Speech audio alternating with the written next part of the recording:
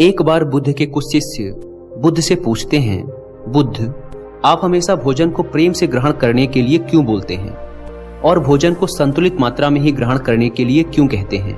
क्या अगर हम उस भोजन को प्रेम से ग्रहण नहीं करेंगे तो क्या वह भोजन नहीं रहेगा, या फिर अगर हम भोजन को ज्यादा मात्रा में ग्रहण करेंगे तो क्या वह विष का कार्य करेगा?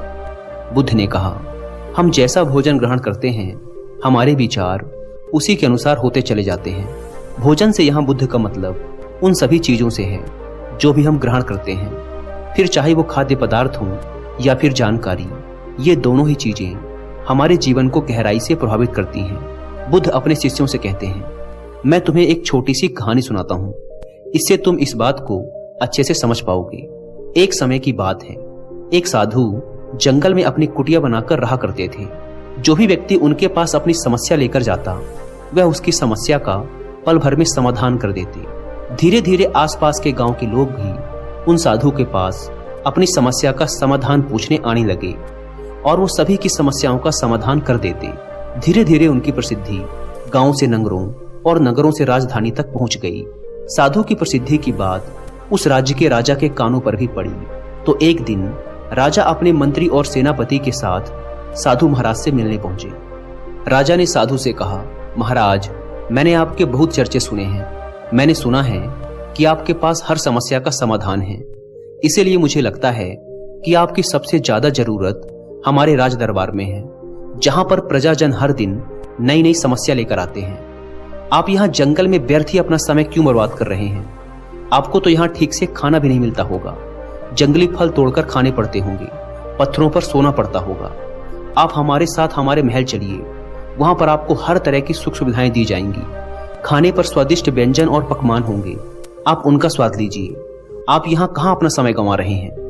आप हमारे साथ हमारे राज दरबार में बैठिए और राज दरबार की शोभा बढ़ाइए। वह साधु उस राजा से बहुत मना करते हैं, लेकिन वह राजा नहीं मानता, उनके चरणों में गिर पड़ता है और अंततः वह उन साधु को अपने साथ महल ले जाता है।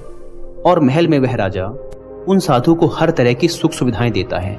धीरे धीरे समय बीतता है और समय बीतने के साथ ही धीरे धीरे साधु का व्यवहार भी बदलने लगता है।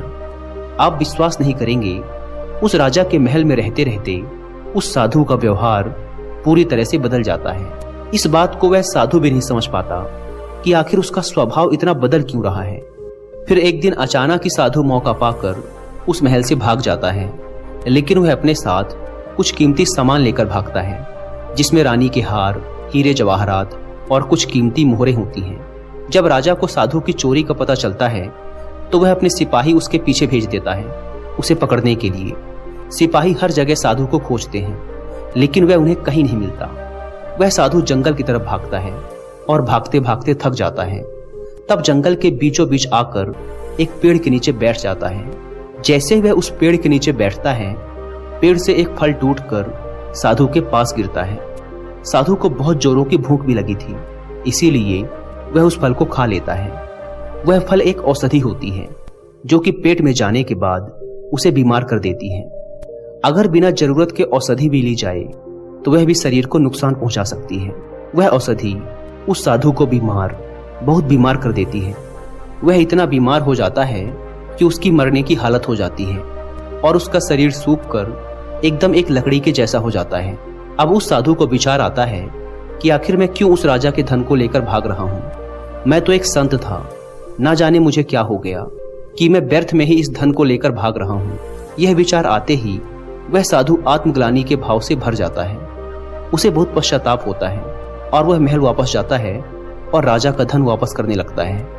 यह देखकर वह राजा बड़ा आश्चर्यचकित होता है और साधु से पूछता है, जब तुम्हें वापस ही करना था तो तुम इस धन को लेकर भागे ही क्यों? यह सुन वह साधु राजा से कहता है, क्षमा कीजिए राजन, परंतु पिछले कुछ महीनों से मैंने आपका अन्न खाया है, इसीलिए मेरी सोच बिल्कुल आपके जैसी हो गई थी। वो तो भला हो उस वृक्ष का जिसने मुझे वह औषधि वाला फल दे दिया, जिसे खाने से मेरा शरीर बीमार पड़ गया और आपका जितना भी मैंने खाया था वह सब उस बीमारी में निकल गया। और तब जाकर मुझे होश आया कि मैं कितना गलत कर रहा था। वह साधु उस राजा से कहता है, आपका जितना भी धन है वो आपने मेहनत करके नहीं पाया, उसे या तो आपने छीना है या फिर वसूला है।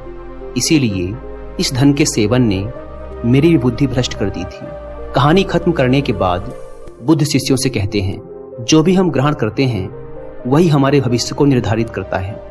इसीलिए मैं आप सबसे कहना चाहता हूं कि कुछ भी ग्रहण करने से पहले इस चीज को जरूर देखें कि जिसे आप ग्रहण करने जा रहे हैं वह कहां से आता है। क्या यह पाप से आता है, क्रोध से आता है, ईर्ष्या से आता है या फिर प्रेम से आता है।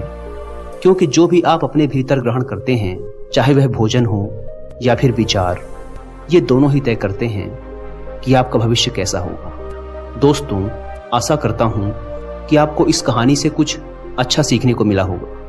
धन्यवाद।